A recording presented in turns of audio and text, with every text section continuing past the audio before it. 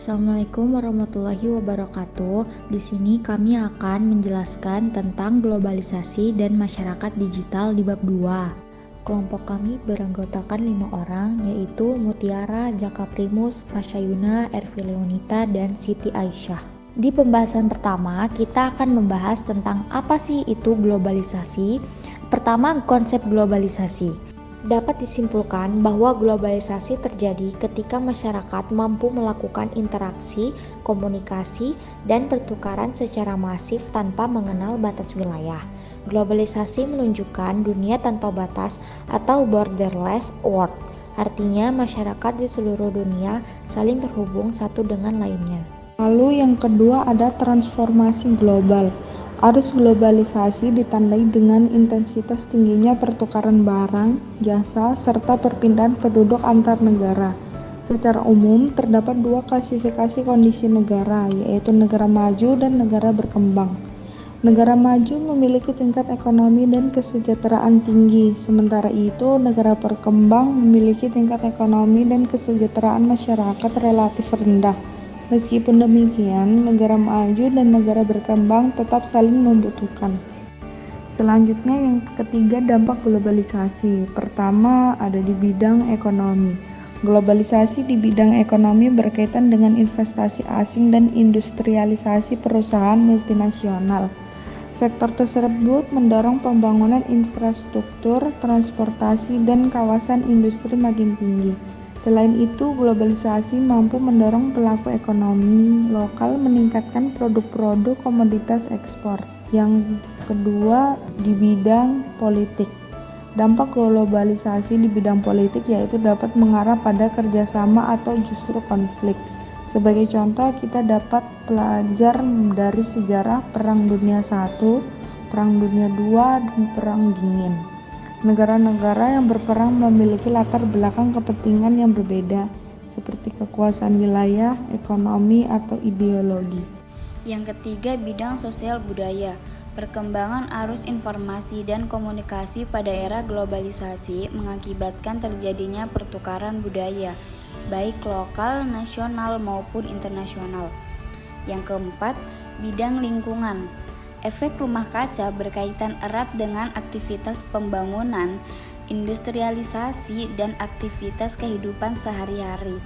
Populasi penduduk dunia yang cukup tinggi berpengaruh terhadap tingkat komunikasi atau kebutuhan hidup sehari-hari. Eksploitasi sumber daya alam secara berlebihan dapat menyebabkan kerusakan lingkungan. Kemudian di pembahasan selanjutnya akan membahas tentang bagaimana perkembangan masyarakat digital. Yang pertama, konsep masyarakat digital. Kehidupan masyarakat modern berkaitan erat dengan penggunaan teknologi komputer dan jaringan internet. Saat ini masyarakat berinteraksi melalui dunia maya. Dunia maya seolah-olah nyata, padahal keberadaannya hanya disimulasikan oleh teknologi dan penggunaannya. Misalnya, kalian dapat melakukan komunikasi secara tekstual, audio, visual, ataupun audio visual melalui berbagai aplikasi. Yang kedua, kehidupan masyarakat era digital. Kehidupan masyarakat di era digital ditandai dengan berbagai perubahan, baik dalam pola pikir, masyarakat hidup, maupun interaksi sosial. Sebagai contoh pada gambar ini, teknologi gawai mudah dibawa, dapat memberikan berbagai kemudahan dan hiburan bagi penggunaannya. Akan tetapi, kemudahan tersebut justru menghambat interaksi antar anggota keluarga. Padahal, interaksi antara orang tua dan anak sangat penting dalam transfer nilai, norma, dan pembentukan kepribadian. Yang ketiga, peluang dan tantangan masyarakat era digital.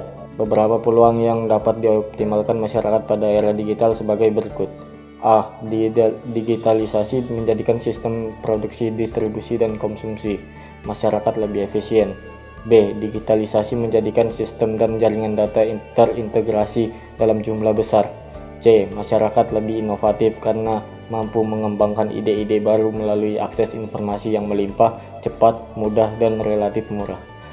D. Kemudahan akses informasi dan data mampu meningkatkan konsumsi masyarakat terhadap barang dan jasa yang ditawarkan. Adapun tantangan masyarakat era digital sebagai berikut. A. Otomatisasi sistem digital mengurangi kebutuhan tenaga kerja manusia.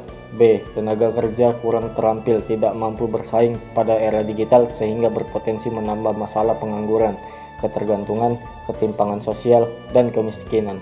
C. Usaha di bidang jasa lebih berkembang dibandingkan manufaktur.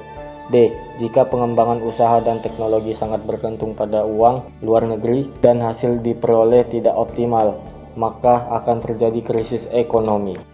Lalu di pembahasan selanjutnya menjelaskan tentang C. Bagaimana merespon masyarakat terhadap globalisasi dan era digital. 1. Kelompok mendukung pro-globalisasi. Kelompok ini meyakini globalisasi dapat mendorong peningkatan kesejahteraan dan kemakmuran perekonomian dunia globalisasi dan masyarakat digital. 2. Kelompok yang skeptis menentang globalisasi atau anti-globalisasi. Globalisasi dapat menghubungkan masyarakat di seluruh dunia melalui kemudahan arus informasi barang dan jasa. Kesimpulan dari materi ini, globalisasi menimbulkan dampak positif ataupun negatif di berbagai bidang, misalnya terkait aspek ekonomi, politik, sosial budaya, dan lingkungan. Globalisasi dan digitalisasi memengaruhi kehidupan masyarakat, seperti eksistensi atau berbagai aktivitas masyarakat melalui perangkat elektronik dan internet, yang merupakan representasi kehidupan digital. Oleh karena itu, masyarakat yang berinteraksi di dalamnya disebut dengan masyarakat digital. Sekian penjelasan dari kelompok kami. Terima kasih. Wassalamualaikum warahmatullahi wabarakatuh.